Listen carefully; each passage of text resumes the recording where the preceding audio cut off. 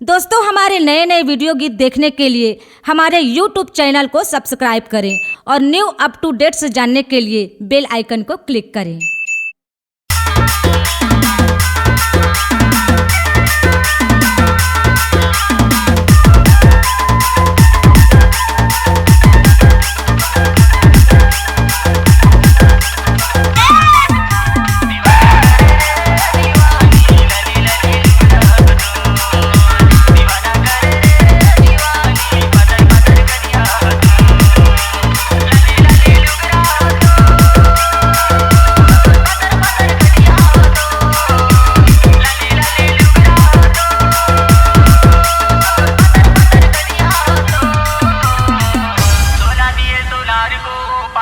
बना दिया। अरे क्या बात है भैया। दिल दिया छत्तीसगढ़ वाली को, ओ पागल बना लिया।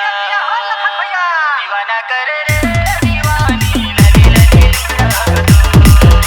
दीवाना करे रे दीवानी, बदर बदर करिया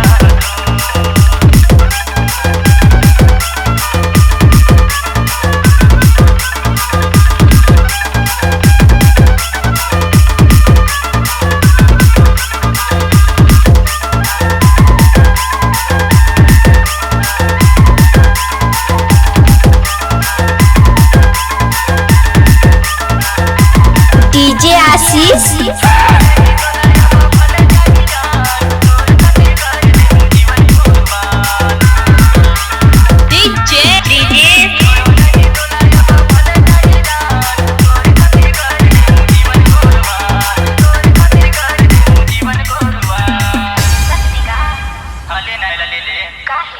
भजिया समोसा टमाटर के चटनी। अच्छा दीवाना करे रे दीवानी, लली लली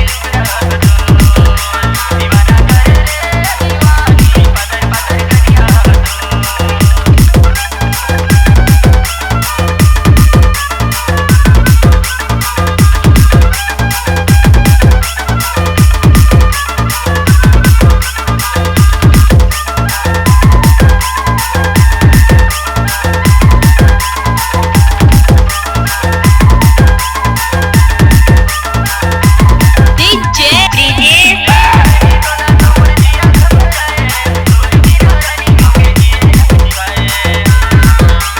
डीजे आशीष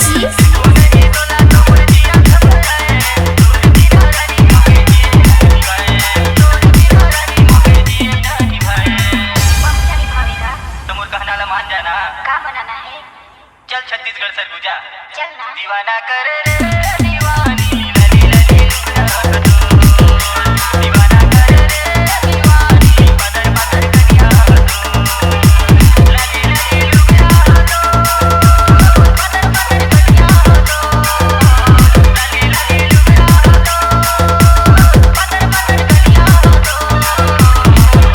दीवाना करे रे दीवानी, बदर बदर करिया